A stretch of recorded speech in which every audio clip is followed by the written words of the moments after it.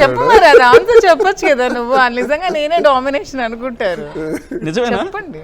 తను నాకు అడ్వైస్ చేస్తుంది, ఫైనల్ డెసిషన్ నాది. అది నిజం. అసలు అన్సెన్సార్ లో అసలు నిజం బయటికి రావట్లేదు. ఏదైనా ఒక డిస్కషన్ జరిగేటప్పుడు డెసిషన్ ఈజ్ మైండ్, అది డెసిషన్ నేను కంప్లీట్ గా చేస్తాను, 100%. ఇలా చేయాల్సిందే అంటాను. డైరెక్షన్స్ మాత్రం ఇక్కడ నుంచి వస్తూ ఉంటాయి. సజెషన్స్ వస్తాయి, అడ్వైస్ వస్తుంటాయి. కంటి చూపుద్దనే బెదిరిస్తున్నట్టున్నారుగా మీరు. సచిన్ గారు, నేను సజెస్ట్ చేస్తాను అంతే. శ్రీనివాస్ గారు ఏది చేస్తే అది ఫైనల్, మీ అందరం అగ్రీ చేస్తాం అంతే. ఓకే, అతని డెసిషన్ కి మేము శిరసావహిస్తాం. బా నా సినిమా గురించి సినిమా గురించి. సినిమా అన్నది నా చైల్డ్హుడ్ నుంచి ఒక ఇప్పటి వరకు జరిగినటువంటి అంశాలు, అంటే విభిన్న కోణాలు ఉంది. ఒక మిడిల్ క్లాస్ బాయ్ ఒక ఉన్నత స్థాయికి రావడానికి, రాష్ట్ర స్థాయిలో గుర్తింపు రావడానికో, లేకపోతే ఒక రాజకీయంగా కానీ ఒక ఉన్నత పదవికి రావడానికి కానీ పడిన కష్టాలు, అవి ఎలా ట్రావెల్ చేసామన్నది ఒక థీమ్ తీసుకుంటే, అందులో ఫ్యామిలీ లైఫ్ మరో కోణం, ఫ్యామిలీ లైఫ్ ఎలా సాగింది, ఆ ఫ్యామిలీ లైఫ్లో ఉన్నటువంటి ఈగోస్ మెయిన్గా ఇక్కడ మాకు ప్లే చేసినాయి. దువ్వాడ శ్రీనివాస్ రియల్ స్టోరీని రీల్ స్టోరీగా మేము చూడొచ్చు ఈ సినిమాలో. అదే ఒకవైపు ఇది ప్రేమ జీవితం, మాధురి నాది, ఈ లైఫ్ని, ఈ మూడు కోణాలని, ఈ మూడు డైమెన్షన్స్ని కథలో రాస్తూ కన్విన్స్ చేయాలి. అది మా మెయిన్ కాన్సెప్ట్. ఇది రాంగ్ అంటారు అందరూ. సుప్రీంకోర్టు ఆర్డర్ ప్రకారం అడల్టరీ నేరం కాదు అంటే దాని గురించి మేము మాట్లాడటం కాదు, లేకపోతే ఆ సెక్షన్ గురించి మాట్లాడటం కాదు, ఆ జడ్జిమెంట్ గురించి మాట్లాడటం కాదు. ఎన్నో జీవితాలు ఈ దేశంలో, ఈ ప్రపంచంలో భార్యాభర్తలుగా ఒక ఆడమగ వివాహం చేసుకున్న తర్వాత, వాళ్ళు పెళ్ళి అయిన తర్వాత ఎన్నో ఒడిదుడుకులు వస్తాయి. ఆర్థికపరమైన ఇబ్బందులు వస్తాయి, సామాజికపరమైన ఇబ్బందులు వస్తాయి, అన్నీ ఆరోగ్యపరమైనటువంటి ఇబ్బందులు వస్తాయి. ఈ ఇబ్బందులన్నింటినీ తలదించి ఎదుర్కొనే తత్వం ఎప్పుడైతే, అంటే ఈ సినిమాలో ఇన్ని క్యారెక్టర్స్ ఉన్నాయి, ఇన్ని ఎలిమెంట్స్ ఉన్నాయి, ఎలిమెంట్స్ లో మాధురి అనే ఒక ఎలిమెంట్ కూడా ఉందా? అది ఉంది, అదో కోణం, రొమాంటిక్. మాధురి గారు మీరు ఉన్నారా మూవీలో? ఆ కోణాన్ని మేము జస్టిఫై చేయాలనుకుంటున్నాం, కన్విన్స్ చేయాలి ప్రేక్షకులని. సో మీరు మాధురి గారిని కన్విన్స్ చేశారా ఆ రోల్ చేయడానికి?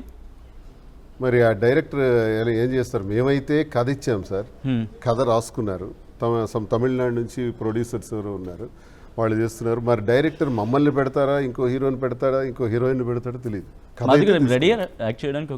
నేనైతే రెడీగానే ఉన్నాను. సో కన్ఫర్మేషన్ వచ్చేసింది అయితే. ఇక్కడ నుంచి పాలిటిక్స్ గురించి వచ్చేపెడుతున్నాను చేస్తున్నాను, ఎందుకంటే మీ నవ్వు కావచ్చు, మీ డైలాగ్స్ కావచ్చు, పొలిటికల్ కెరియర్లో మీరు మాట్లాడిన సందర్భాలు చూసాం.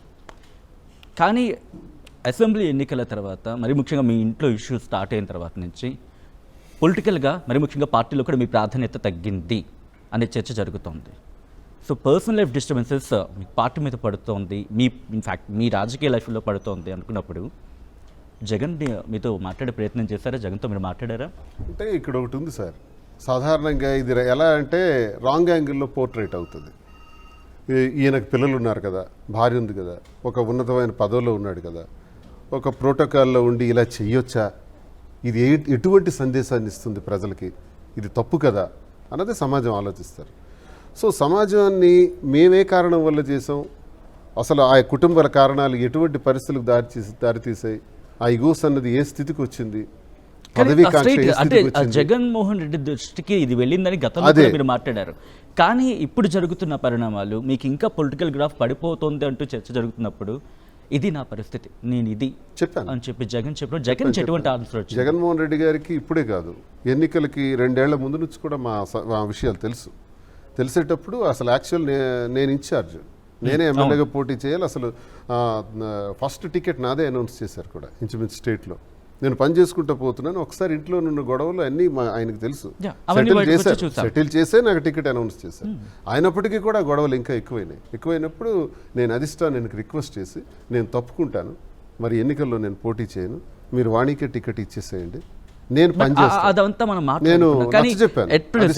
ఈ సిచ్యువేషన్ లో మాట్లాడారా? ఎందుకంటే అసెంబ్లీ సమావేశాలకు ఇప్పుడు జరిగిన పరిస్థితుల్లో చెప్పాను, అన్ని విషయాలు చెప్పాను. ఇప్పుడు మనం వాస్తవాలు అయితే అధిష్టానం ముందు తెలియజేసాం, ప్రజలకి తెలియజేసాం. జరిగిన పరిస్థితులను బట్టి, మేము తీసుకున్న నిర్ణయాన్ని బట్టి గ్రాఫ్ కొంత పడుతుంది అన్నది నిజం, అది వాస్తవమే. అరే శ్రీని ఇలా చేశాడా, మనం శ్రీని ఇలా అనుకున్నాం కదా, ఇలా చేశాడు అనుకునే వాళ్ళు ఉంటారు. దాన్ని కన్విన్స్ చేసుకొని, నాకైతే టెక్కలి నియోజకవర్గంలో అది పెద్ద డిఫరెన్స్ చూపించాల. ఎందుకంటే ఫస్ట్ నాకు మదర్ కాన్స్టిట్యున్సీ నాకు టెక్కలి, ఆ టెక్కల్లో ఆలోచించుకుంటే గత 2 ఏళ్ల నుంచి జరుగుతున్న గొడవలు, అంతకుముందు మా ఫ్యామిలీలో ఉన్న డిస్ప్యూట్స్ ప్రజలకు తెలుసు. నేను పోటీ అంటే చేస్తే నేను అంటుంది ఏంటంటే శ్రీనివాస్ గారు, జరుగుతున్న పరిణామాలు మీరు అన్నట్టుగా పర్సనల్ లైఫ్ మీదైనప్పటికీ ప్రజాక్షేత్రం ఉన్నప్పుడు వాళ్ళ కింద వాళ్ళు భావిస్తుంటారు. సో ఇటువంటి సినారియోలో అధిష్టానాన్ని కన్విన్స్ చేయడం ఒక ఎత్తు అయితే, వాళ్ళ నుంచి రిప్లై తీసుకోవడం ఒక ఎత్తు. అక్కడ జగన్మోహన్ రెడ్డి నుంచి మీకు ఏమైనా హామీ వచ్చిందా? యూ కెన్ గో లేదు నేను చెప్పాను, అన్ని సార్కి చెప్పాను, మొత్తం ఎక్స్ప్లెయిన్ చేశాను. ఆయనకి కొంత తెలుసు కాబట్టి మొత్తం ఎక్స్ప్లెయిన్ చేయగలిగాం. ప్రస్తుతానికి ఇది కొద్ది రోజులు నేను పార్టీ కార్యక్రమాలు చేసుకుంటా ప్రజలతో మమేకం అవుతూ ముందుకెళ్ళిన తర్వాత రాను రాను దీన్ని ప్రజలు అడ్జస్ట్ అవ్వాలి. మేము తీసుకున్న డెసిషన్కి ఆల్రెడీ టెక్కల నియోజకవర్గంలో అయితే తెలుసు, అదే మీకు చెప్తున్నాను. నాకు ఎన్నికల్లో 73,000 ఓట్లు వచ్చాయి. నా మీద గెలిచిన అచ్చెన్నాయుడు 30,000 డిఫరెన్స్, 30,000తో గెలిచాడు. అంటే వేవ్లో మా జిల్లాలో ప్రతి కాన్స్టిట్యున్సీ మినిమం 45,000 వచ్చాయి, కానీ ఒక అచ్చెన్నాయుడికే 30,000 వచ్చాయి. అంటే ప్రజలు నా పక్షాన ఉన్నట్టే కదా. ఇంత వేవ్లో కూడా ఆయనకి 45-50,000 ఇవ్వలేదు. రాష్ట్ర పార్టీ అధ్యక్షుడు 70,000 మెజార్టీ నేను తెచ్చుకుంటాను, రాష్ట్రంలో నాదే హైయెస్ట్ మెజార్టీ అని ప్రగల్భాలు పలికిన అచ్చెన్నాయుడికి నా మీద 33,000 వచ్చాయి. అంటే ఈ వేవ్ గురించి మీరు మాట్లాడుకున్నప్పుడు పబ్లిక్ నాకు కన్విన్స్ అయినారు, శ్రీను తప్పు చేయలేదు, శ్రీనికి మేము ఎందుకు దూరం పెట్టాలి. కానీ అప్పుడు ఆ ఓటింగ్ సిస్టమ్ బట్టి జరిగిన తర్వాత ఇప్పుడైతే మీరు మీ ఇద్దరు కూడా ఇప్పుడు సన్నిహితంగా ఉన్నాం అనే ఒక అంశం ఎప్పుడైతే వెళ్ళిందో పరిస్థితులు మారుతూ ఉంటాయి. ఇక్కడ మీరు వేవ్ గురించి మాట్లాడారు కాబట్టి మాధురి గారు, మీరు వైసీపీలో ఉన్నారు, వైసీపీలో కంటిన్యూ అవుతున్నారు. ఆఫ్టర్ అంటే ఇప్పుడు రీసెంట్ గా నా బర్త్డే అయింది కదా, అప్పుడు మా నియోజకవర్గం ప్రజలందరూ నన్ను విష్ చేయడానికి వచ్చారు, నన్ను బ్లెస్ చేసి వెళ్ళారు. సో మా మీద అలాంటి నెగిటివిటీ ఉంటే వాళ్ళకి రావాల్సిన అవసరం లేదు కదా. నా బర్త్డేకి ఎందుకు రావాలి? జగన్మోహన్ రెడ్డి గారి పుట్టినరోజు కూడా భారీగా చాలా గ్రాండ్ గా చేసాం.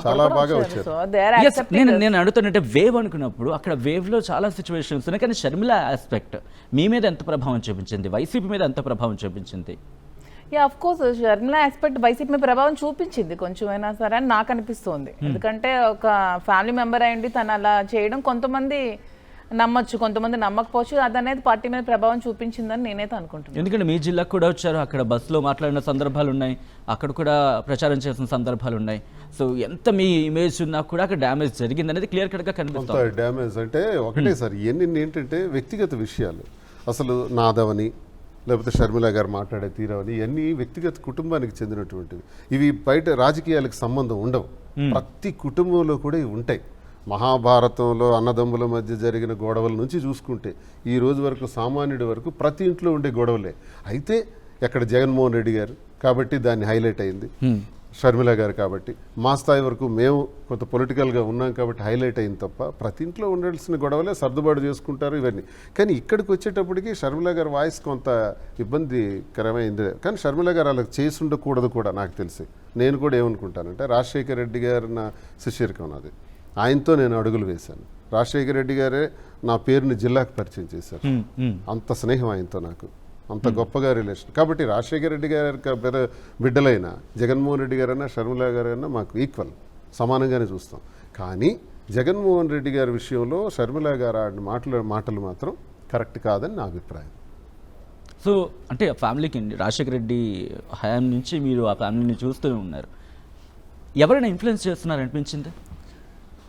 వాళ్ళని ఇన్ఫ్లుయెన్స్ చేయగలిగిన వాళ్ళు ఎవరు